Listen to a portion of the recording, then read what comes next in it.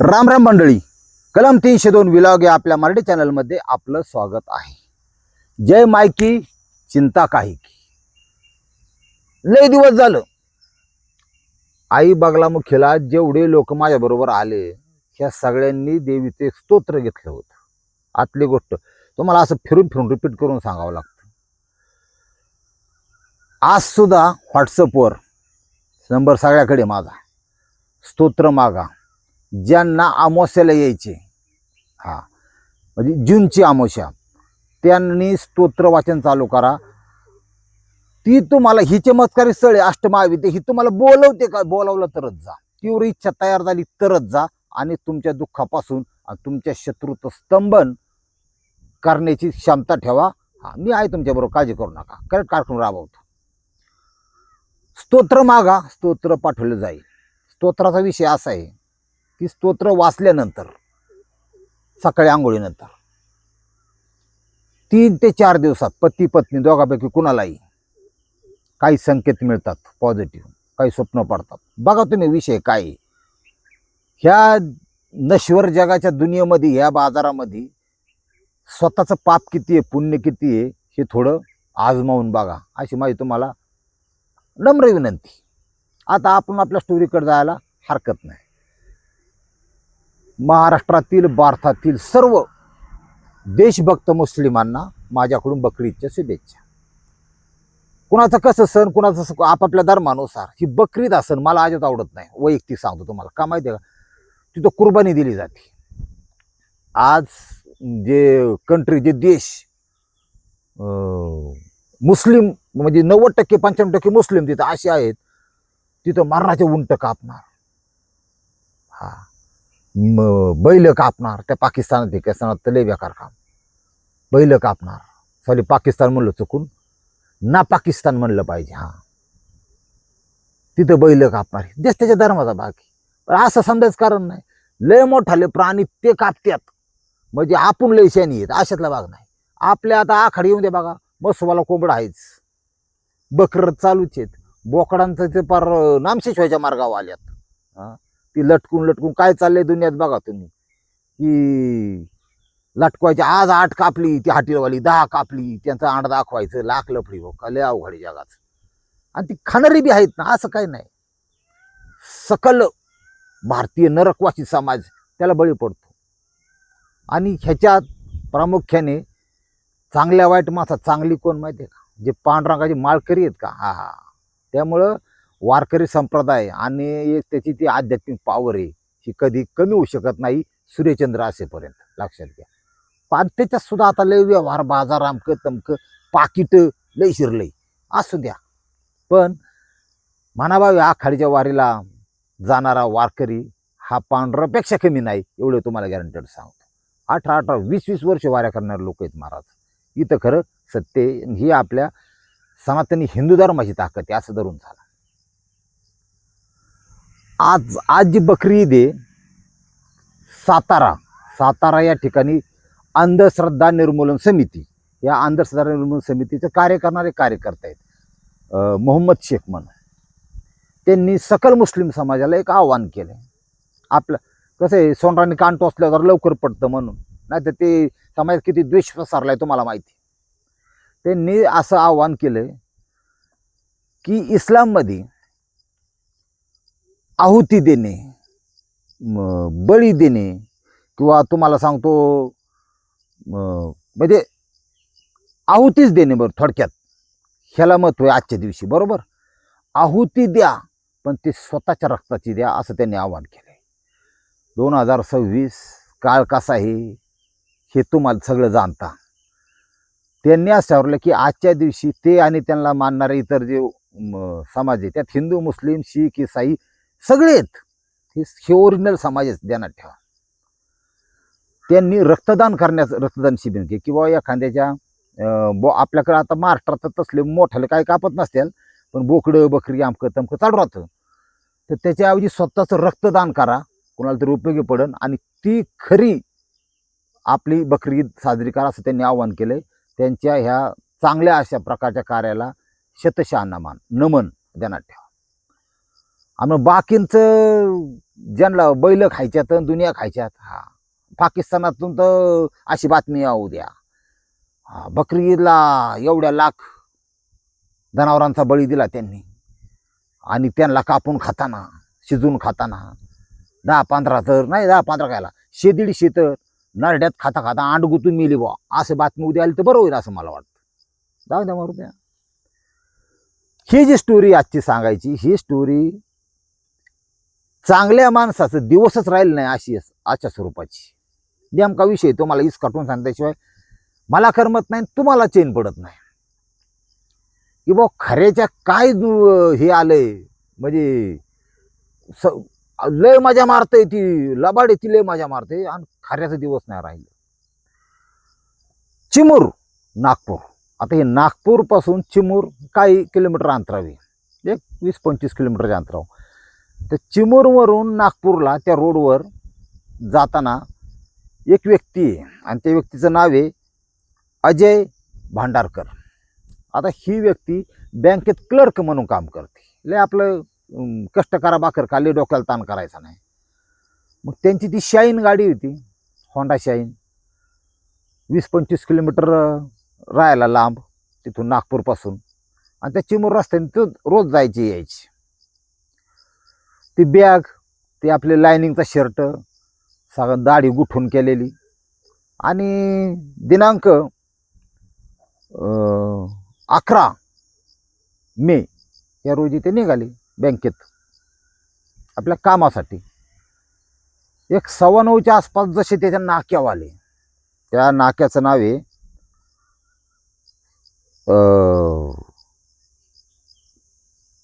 दिघोरी नाका, दिघोरी नाका, चिमूरच्या आसपास थांबले की त्यांना एक सवय होती अत्यंत चांगली. ती सवयीचं नाव आहे लिफ्ट देणे, दुसऱ्याला मदत करणे, कोणाला तरी मागं बसावणे आणि त्याला जिथं पाहिजे तिथं सोडणे. आता हा लिफ्ट माणूस का देतो आणि कुठला देतो हे तुम्हाला सांगतो. आजची ही नवीन केस फुटलेली खालीवर ही काय लिफ्ट देत नाही तुम्हाला सांगतो. पण ज्या माणसा प्रापंचिक जबाबदारी आहे, ज्या माणूस 4 पैसे कमावतो, जो माणूस वाईट मित्र आणि व्यसनापासून 4 हात लांब आहे, ही लोक लिफ्टचं काम करतात. लिफ्ट म्हणजे काय, एक चांगला आत्मा. तुमचे महाशिवरात्री येऊन द्या, आषाढी एकादशी येऊन द्या, दिवसभर उपास, म्हणजे आध्यात्मिक स्वरूपाचा माणूस, आध्यात्मिक टच असलेला माणूस. आणि ह्या माणसांना ही लिफ्ट का देतात हे पण तुम्हाला सांगतो. की त्या माणसाला लिफ्ट दिलं तर त्याला जे समाधान त्याच्या चेहऱ्यावर असतं, की तो म्हणतो धन्यवाद बरं का, ठीक आहे, बरं झालं तुम्हाला मला सोडलं बरं का, धन्यवाद बरं का, थँक्यू, आमकं तमकं.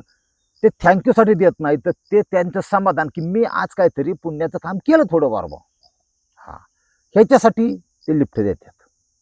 माणसं चांगली असतात. हा माणूस बी अजय भांडारकर एक नंबर माणूस. ते कायम महिला, शाळेतली मुलं मुली, कुठं एखादा पुरुष असन, त्यांना ते लिफ्ट द्यायचा आणि ते त्याला बरं वाटायचं बाबा आपण काहीतरी चांगलं काम केलं.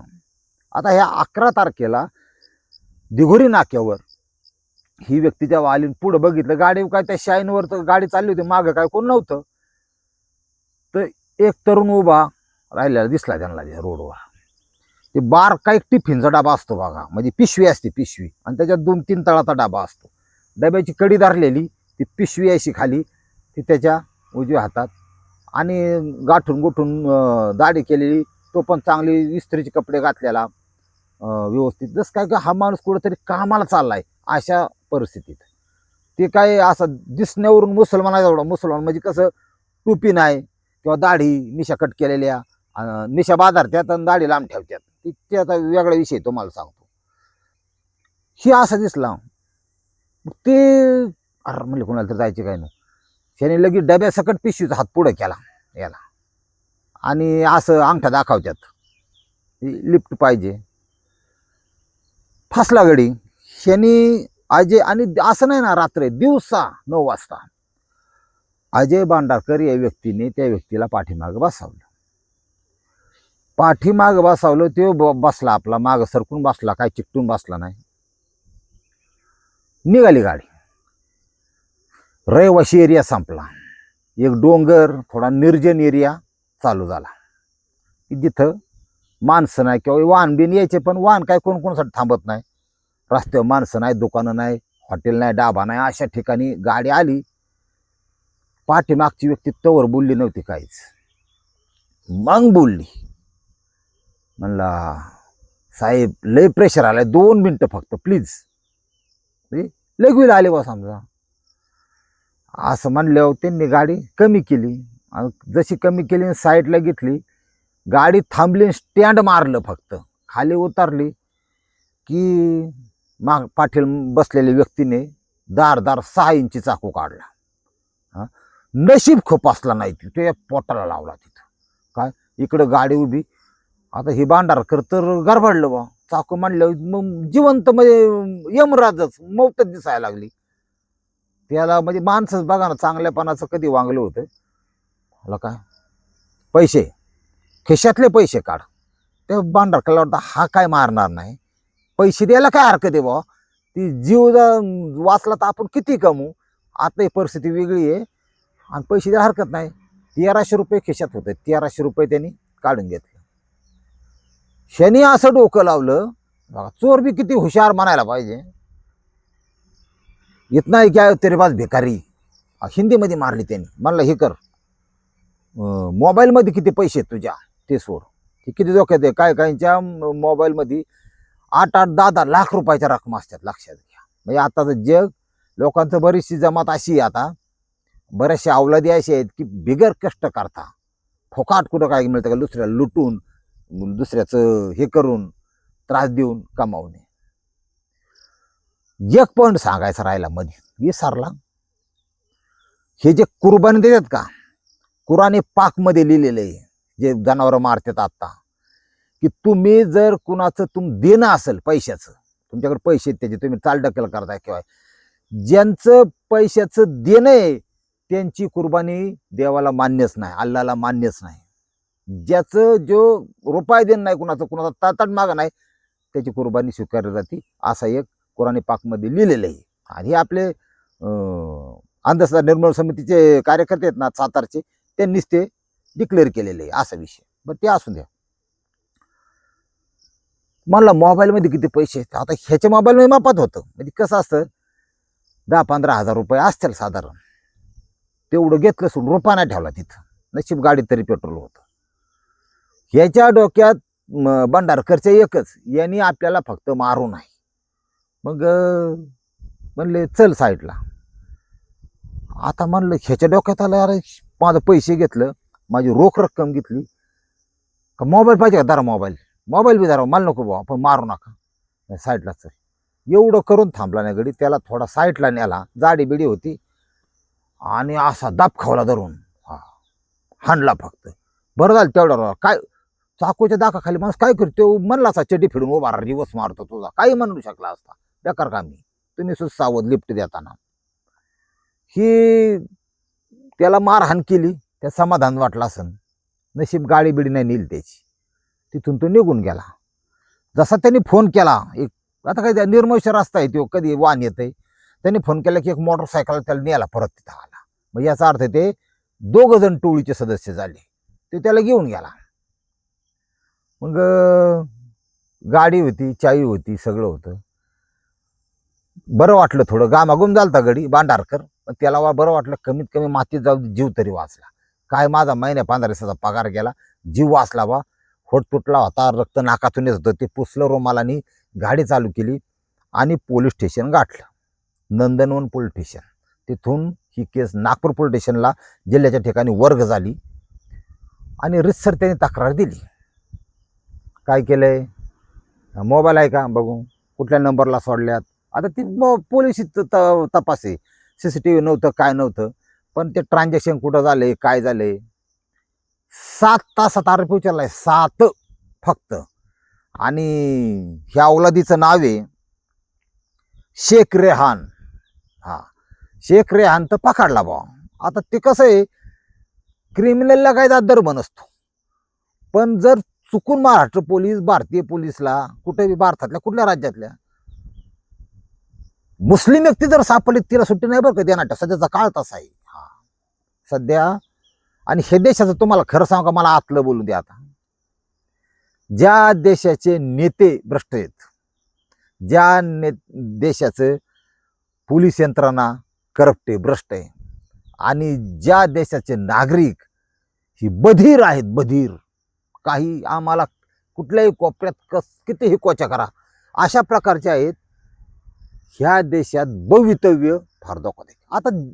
आता लोक म्हणतात जगबुडी होणार आहे, असं होणार आहे, का देश संपणार.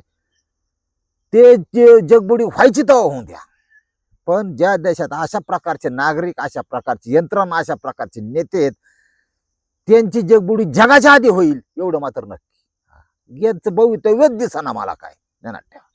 काहींना वाटतं माझा मुलगा, माझा नातू, माझे कसे दाबात फिरले पाहिजेत, माझे काही श्रीमंत पैसा गोळा करतात लोक. लक्षात घ्या, सध्या फक्त स्वार्थ, पैसा ह्याच्या पाठीमागे सगळी. पण तुमचा नातून, तुमची नात ही जर कॉलेज गेली तर ती माघारी येईल का? तितका सुरक्षित वातावरण बाहेरचं आहे का? ह्याच्याबद्दल कुणाला काही घेणं देणं नाही, असा विषय. चलू द्या. आता तुम्हाला सांगतो, पोलिसांचं काम इथं ह्या बाबतीत इतकं एक नंबर आहे. त्यांनी तो आरोपी उचलला, ते 2 नंबर तर होतं का, त्याचं नाव डिक्लेअर केलं, पण ती फरारी अजून. लक्षात घ्या, ती फरारी. 11 तारखेची घटना. 5 दिवसाची PC त्याला मिळाली, म्हणजे पोलीस कस्टडी मिळाली. मग काय थोडी राबकाव का? सोपं नाही.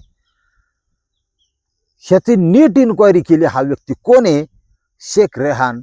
तर त्याच्या आधीचे 2 लुटमारीचे गुन्हे दाखल, म्हणजे वाटमारी म्हणतात त्याला. वाटेवर अडवून एखादा वार करणे, रक्त काढणे, त्याच्या महिलेचे मंगळसूत्र काढून घेणे, हे ते अशा प्रकारचे 2 गुन्हे अजून. म्हणजे याचा अर्थ हा सराईत गुन्हेगार आहे. आता ही अवलाद तात गेली, पण ही अवलाद कमीत कमी राहिली बाबा 4-5 वर्षात राहिली पाहिजे. कमीत कमी काही गुन्हे तरी बाहेर वाचत्यांना. अशा प्रकारची घटना या नागपूरमध्ये घडली आहे. नागपूर पोलिसांचं विशेष अभिनंदन की त्यांनी अत्यंत कमी काळात ह्या आरोपीला पळून जाण्याचा सुद्धा मोका दिला नाही, त्यांनी ताब्यात घेतलेला आहे. ही स्टोरीतून एक तुम्ही आता कसं करा, सिटीत तुम्ही लिफ्ट द्यायला हरकत नाही, गजबजलेला एरिया असतो. तुम्हाला पुढचा काही संशयास्पद वाटला, आता मला एक फोन आलता, सांगतो जरा थांबा ऐका. फोन असा आलता की म्हणलं लिफ्ट द्यायची, मी कायमस्वरूपी सोडून दिली. म्हणलं का? ह्या लिफ्टमुळे मला करोना झाला. म्हणला मी एका माणसाला बसवायला ती खोकत होतं, घरी गेलो, दुसऱ्या दिवशी मला खोका आले, करोना झाला. मी वाचलो म्हणला, पण आमची म्हातारी नेलं, म्हणजे वडील वारले. तेव्हापासून मी लिफ्ट देत नाही. मला लिफ्ट असा करा माणूस दिसला का येऊन दे, मला माझं म्हातारं दिसतं. अशी परिस्थिती आहे जगात. लिफ्टचा माझा अनुभव तो फार खतरनाक आहे, सांगून टाकतो 2 मिनिटात. आमचा जो बाग आहे, गाव आहे, बऱ्याचशा गोष्टी तिथं गावात किंवा शेजारचं गाव एक मांडवगण म्हणून, आणि पलीकडे काष्टी, म्हणजे काष्टी 17-18 किलोमीटर गावापासून. आमच्या गावातल्या लोकांना, इतर गावाच्या लोकांना एक अशी सवय नॅचरल पहिल्यापासून, पिढी जात म्हणा, गावात जरी कापड दुकान असलं तरी तिथं कोण घेणार नाही. चला काष्टीला, चला केडगावला, मोठ्याला दुकान आहे, असं तसं. स्टार्टर मोटरचं जळाला म्हणून आम्ही आणाय गेलतो. एमईटी गाडी होती, त्याला चेन नव्हती, ते चेन कवर नव्हता पाठीमाग. जुनी गोष्ट आहे. एमईटी माय राखेलवर चालायची, ध्यानात ठेवा. तर ती गेलो बा मी, काष्टीचं स्टार्टर घेतला, पूल ओलांडला, आणि अलीकड तांदळी नावाचं गाव आहे, म्हणजे काष्टी नगर जिल्ह्यात, तांदळी ही शेवटचं गाव पुणे जिल्ह्याचं. नदी आहे, नदी, गोड नदी, गोड्यासारखे तिचं पाणी पळतं, उतारे म्हणून त्याला गोड नदी म्हणतात. आलो वलडून आले त्या स्टँडवर कायम इकडे जाणार लोक असतात, येऊन द्या मला, येऊन द्या. चांगली 65-70ची दणगाट म्हातारी, नऊवारी घातलेली, मोठं कुंकू, आणि थांबली होती. भाळा येऊन दे काय कुणाष्ट. मला वाटलं एकटं जाणार आहे, आपण म्हातारीला मागं घेऊ, आणि आमची आजी तशीच मोठं कुंकू लावायची. थोडं वाटलं मला घ्यावं मागं. म्हातारी गुळबिळ घेऊन अशी एक साईडला बसली मस्त. कुठं जायचे? मांडवगणला बाजार तळाव उतरव. म्हणलं चालतंय. म्हणलं काय 7-8 किलोमीटर मांडवगण आहे, आणि एमईटी काय लय पळत नाही, तुम्हाला माहिती आहे. आपल्या दामादामाने आलो. नशीब गांडू तर क्या करेंगा पांडू, लय बेकार परिस्थिती तुम्हाला सांगतो. मांडवगणचं पार बाजार तळ येई, पण जवळ मग मात्र उतरणारच आता तवर काय नाही. पण बाजार तळ म्हणजे ते गाव चालू, ते कुणाला की गाव चालू आहे, ते बाजार तळे डाव्या हाताला, आणि पुढं गाव चालू होतं, लगेच गाव चालू होतं गावठाण. तिथं नेमकं ते म्हातारीचं कस काय ते लुगड्याचं ती चेनमध्ये शिरलं ना, चेनीने घेतलं ओढून. म्हातारी तर पडली खाली, बातकुनी पडली खाली बा. आता म्हणलं बेकार काम झालं बा. लगेच गाडी थांबली, ती गाडी पळतच नाही पुढं, थांबली गाडी. लगेच 10-5 लोक त्यांनी लोकांनी मदत केलं. त्या म्हातारीचं ते लुगडं थोडं तोडून बाहेर काढलं. आणि आता गरीबीला लागली आग, त्याला नव्हतं चेन कवर, आता काय करता. मग ती जशी म्हातारी बाहेर काढली, ती म्हातारी काय म्हणायला लागली माहिती का, माझ्या खोब्यात लय दुखतंय, मला दवाखान्यात न्या आणि पैसे याच्याकडून घ्या. अयो मेलोच भाऊ, आता आता काय करणार. 150 रुपयांनी स्टार्टर स्वस्त मिळतं म्हणून तिकडे गेलो होतो काष्टीला. याच्याकडून घ्या म्हणलं, म्हणलं अवघड. आणि दुर्दैव लय असं खतरनाक असतं माणसाचं. ह्या साईडला बाजारतळ, तिथं आम्ही थांबलेलो, आणि दुसऱ्या साईडला सरकारी दवाखाना. म्हणलं सरकारी दवाखान्यात नाही, तिथं काय खर्च असेल ते करतो. मा डोक्यात काय माहिती आहे का, मला टोलो बोय निधी लोकांचं काम बेकार असतं. हा तुम्हाला सांगतो. आणि बराच का जुना विषय. ती सरकारी दवाखान्यात नेली. बरं ठीक आहे, पडले असतंच, आम्ही तिथंच, आमचा स्टार्टर पण तिथंच. हा ती सगळं हे झालं. 2 जण तर आली बा माझ्याकडं. हा म्हणले थोडंफार खर्चाचं पैसे द्या आणि तुम्ही जा, कशाला डोक्याला ताण करता ही ती. म्हणलं आता त्या काळात काही असं ती फोनवर पाठवणे तसला काही विषय नव्हता. पण त्या गावात आमच्या 3 मावश्या दिलेल्या आहेत मांडोगणमध्ये. 2 फराट्यांना, 1 काशीदानला. म्हणलं काय करावं काय करावं. आमचा जरा मावस भाऊ एक राजकारणी जरा मोठा, त्यांच्याकडून त्या काळात 1000 रुपये घेतले. म्हणजे आत्ताचे 5000 झाले, ध्यानात ठेवा. त्या काळातले 1000 म्हणजे लय मोठी गोष्ट झाली. असाच विषय त्यांनी थोडं समजून सांगितलं, ही ती तो विषय मिटावला. तवापासून आपण म्हातारा माणूस नाही रे बसू अजिबात. हा लय अवघड खेळी घेऊ आणि डोक्यातच नाही बा आपल्या. हा आता मी गाडी कोणाला घेतो, शाळेतली मुलं मुली असते ना लहान आपली, त्यांना 5-10 किलोमीटर चालला लागतो, त्यांना घेतो बाबा की बाबा बसा न्यार बसा बाबा, पाय बी घालू नका बाबा असं. पण ती रहिमानी किडा म्हणतात तसा आमचा पोरा जिरला बाबा ती म्हातारीन तसं केल्यापासून. हा वेळ काळानुसार माणूस पलटी मारतो, ही गोष्ट खरी तुम्हाला सांगतो. हा त्या म्हातारीचं कसं काय ना 5-10 रुपये वाचलंच असतं. त्यावेळेस कमांडरची बाणी वाहतूक व्हायची, कमांडरमध्ये वाहतूक व्हायची प्रवाशांची. म्हणलं 5-10 रुपये चला आपलं घ्यावा. लिफ्टचा नादच आयुष्यात टाकून दिला, बेकार काम. पटलं तर घ्या, नाही तर सोडून द्या. रामकृष्ण हरी माऊली.